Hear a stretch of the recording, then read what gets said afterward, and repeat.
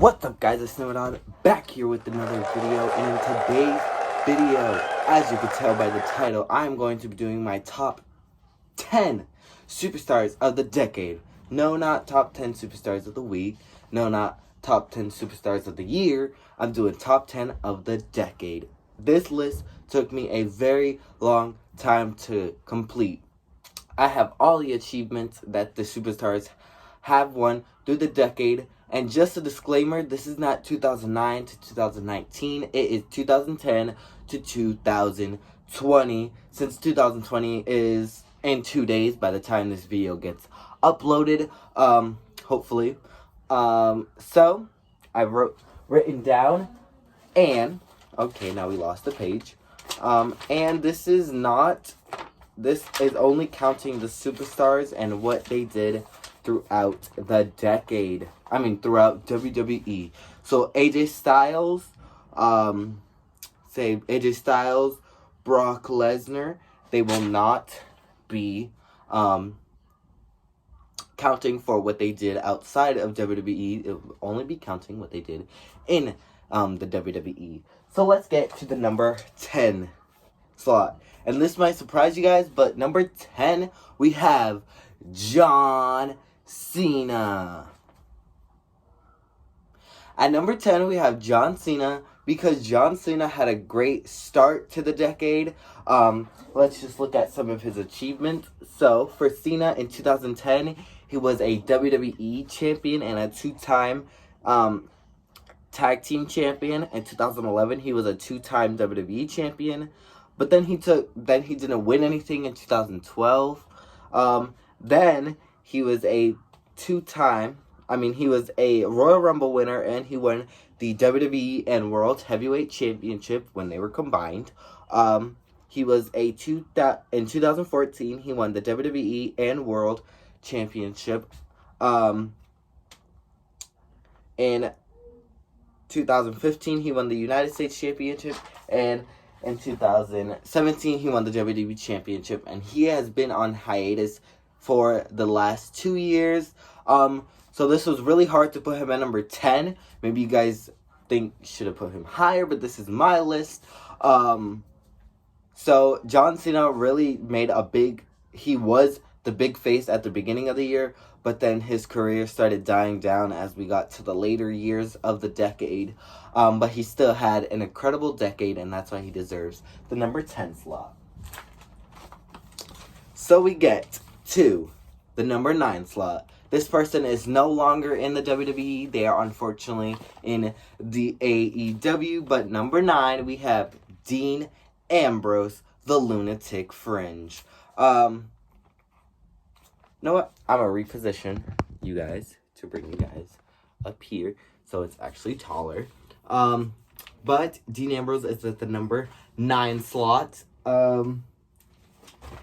So he is one of the biggest stars in AEW right now. I have not watched AEW a single episode. I've seen clips, and I've seen that he is a big star. He debuted with the Shield, one of the greatest WWE factions ever. He was the first person from the Shield to be a Grand Slam champion. So let's look at some of his achievements.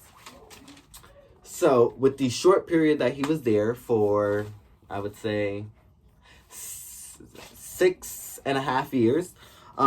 He was, in 2013, the United States Champion. In 2015, the Intercontinental Champion. 2016, the Money in the Bank and WWE Champion. 2017, he was the Intercontinental and Raw Tag Team Champion. And in 2018, he was a Raw Tag Team and Intercontinental Champion. So he has an impressive repertoire, an impressive resume.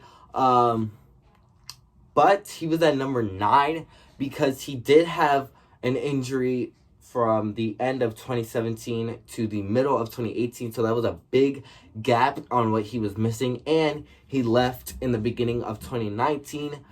But he still had an amazing WWE career. And I think he deserves to be on the same scale as Roman Reigns and Seth Rollins.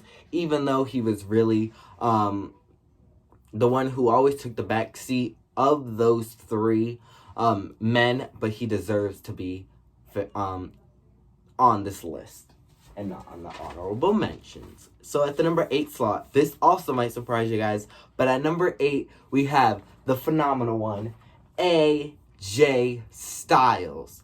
AJ Styles at the number 8 slot. He just came recently he just came in 2016, at the beginning of 2016, I should say. But he still has lots and lots of achievements that he's had. So in 2016, he was a WWE champion. 2017, he was a 2-time United States champion and a WWE champion. And 2018, he didn't do anything, but 2019, he is a United States champion and the longest United States champion of the year. AJ Styles keeps on doing outstanding work ever since he came to the WWE, and I know he just signed his final contract with the WWE, so I know he does not have that much time left, and maybe he could do more and win more titles, which would be pretty impressive. But right now he's just at the number 8 slot. Number 7, we have our first and only female on the list. We have no longer Ric Flair's daughter. We have Charlotte Flair. I mean, why wouldn't she be on the list? She has so many achievements. She has so many achievements, and she is the woman with the most women's title reigns in the WWE. So let's look at those achievements. 2014, she won the NXT Women's Championship. 2015, she won the Divas Championship. 2016, she won the Raw. She was a 3-time Raw Women's Champion. 2017, she won the SmackDown Women's Championship. 2018, she won the SmackDown Women's Championship. And 2019, she was a 3-time SmackDown Women's Champion. So, her on this list, she is one of the few people who have won a title each year they got to the WWE or even got to the main roster, and that is very hard to do, to win a title, at least one title each year you were in the WWE. So she deserves to be on this list and be on the same list as some of the greats in the WWE. And I know she definitely is gonna have she's gonna be great next decade. So at the number 6 slot, we have 3 people, but I counted them as one person. We have the New Day. The New Day, I counted them as one person because you can't split up the New Day. You can't say, oh, Kofi Kingston did this, oh, Big E did this, Xavier Woods did this. No, they're the New Day, and you count them together. But I'm not going to be counting what Kofi and Big E did outside of the New Day. I'm going to be only counting the New Day together. So, what the New Day did, if I could find them. So, the New Day were, in 2016, well, I should say 2015 and 16, they were the Raw Tag Team Champions, and they currently have the longest reigning Raw Tag Team Championships in history, which I don't think that's going to be broken. I'm surprised they broke Demolition's record. But yeah, 2017, they were SmackDown Tag Team Champions. I think they are now on their fourth reign as SmackDown Tag Team Champions. So that is pretty impressive for the New Day. And also, we know Kofi was WWE Champion. Kofi won the Intercontinental Champion, United States Champion, and Tag Team Champions many times throughout this whole decade. And Big E was Intercontinental Champion. Well, I guess I am bringing up their accomplishments outside the New Day. But oh well. So we got to the top 5. And this top 5 was very hard to choose. But at the number 5 slot, we have the Viper, Randy Orton. We have Randy Orton at number 5. And this man has been in WWE for, I think, almost 2 decades. He has been there for a very long time. And he is one of the only few veterans that are still on the road So props to him, and he surely has a lot to say. So Randy Orton in 2010, he was a WWE champion. 2011, he was a two-time WWE champion. 2013, he was a two-time WWE champion, a World Heavyweight champion, and he won the Money in the Bank. In 2016, he won the SmackDown. Wait a minute. No, in 2011, he was a two-time World Heavyweight champion. Sorry about that. In 2016, he was a SmackDown Tag Team champion. In 2017, he won the Royal Rumble and the WWE Championship. And in 2018, he was the United States champion. I mean, that is a mouthful to talk about. And that's just number 5. But Randy Orton, he has been killing it ever since the start of this decade. 2013 was his year. Maybe even 2011 was his year as well. That man has a lot of accomplishments, and they're going to keep on continuing until he retires, which is hopefully not that soon because he is a great wrestler, but that's why he deserves the number 5 slot. So at number 4, we have Seth Rollins.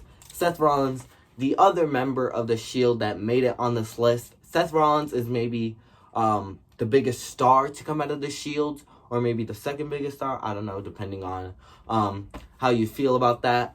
And he has a lot of accomplishments, not only in the Shield, but outside the Shield. So we're going to get to his accomplishments.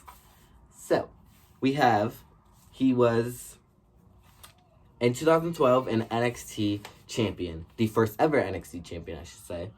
In 2013, he was a tag team champion. 2014, Money in the Bank champion. 2015, he was a WWE and United States champion. 2016, he was a WWE champion. 2017, he was a two-time tag team champion. 2018, he was a two-time tag team champion and a two-time Intercontinental champion. And in 2019, he was a Royal Rumble winner and a two-time Universal winner. That is a real mouthful, and he is also one of those people who have won a championship each year that they were in the WWE, which you got to give it to him. That is pretty impressive to do, but it is not impressive to make him into the top 3. So now we get to our top 3. At number 3, we have Roman Reigns. Roman Reigns, the big dog, and I think the biggest star to come out of the Shield, or did I just say Seth Rollins? I don't know, whatever I said. But I think Roman is the biggest star to come out of the Shield, and he is one of the biggest stars in the WWE right now, and he has a lot of accomplishments to back that up. So in 2013, he was a tag team champion. 2015, he was a two-time WWE champion, and he also won the Royal Rumble. In 2016, he was a United States champion. 2017, he was an Intercontinental champion. And 2018, he won the Universal title. He does not have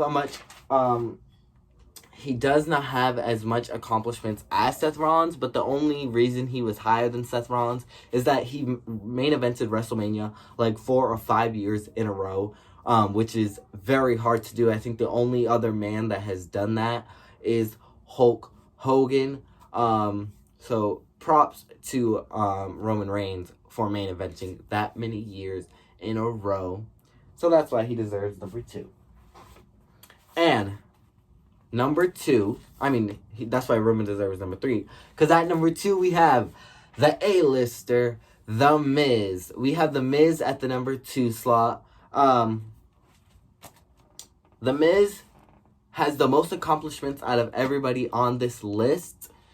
And I'll get to the reason why he's not number 1 and why that person who is number 1 deserves it. So The Miz was in 2010, he was a 2-time Raw Tag Team Champion. Well, he was a 2-time Tag Team Champion.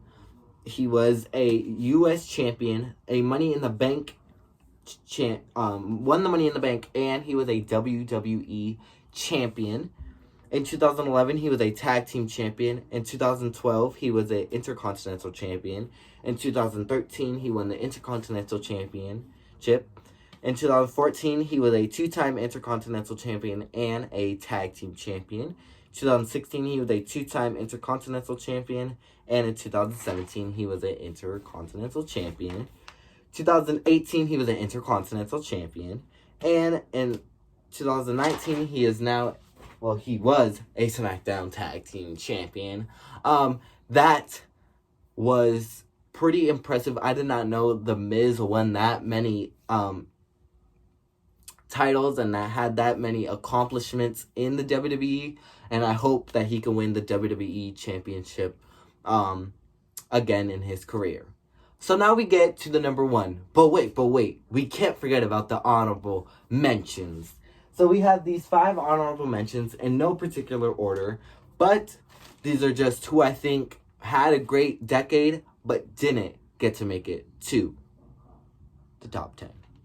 So we have CM Punk, Brock Lesnar, Sheamus, Becky Lynch, and Dolph Ziggler. I had to put Dolph Ziggler on this list. He is my favorite superstar, as you guys probably already know. And if you didn't know, he is my favorite wrestler. And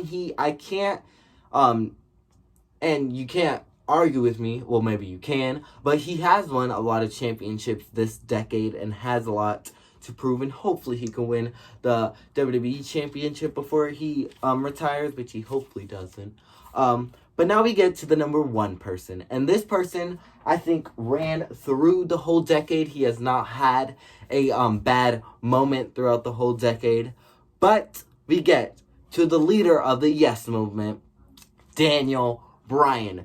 Daniel Bryan is the number 1 person of the decade. Why wouldn't he be the number 1 person of the decade? I mean, let's just look at his accomplishments. So, in 2010, he won the United States Championship. 2011, he won the Money in the Bank and the World's Heavyweight Championship. In 2012, he was a Tag Team Champion. 2013, he was a 2-time WWE Champion. In 2014, he was a WWE Champion and a World Heavyweight Champion. In 2015, he was an Intercontinental Champion. And then for 2016 and 17, he was the general manager of SmackDown. And he did a pretty good job as general manager. 2018, when he came back, he won the WWE Championship. And in 2019, he was a SmackDown Tag Team Championship. He was a SmackDown Tag Team Champion. So that's why he deserves number 1. He was the biggest star. He was always the underdog. He, except for his run in 2018 with the WWE Championship, he was always everybody's guy to be the star of the WWE. Well, maybe to some people he was everybody's pick.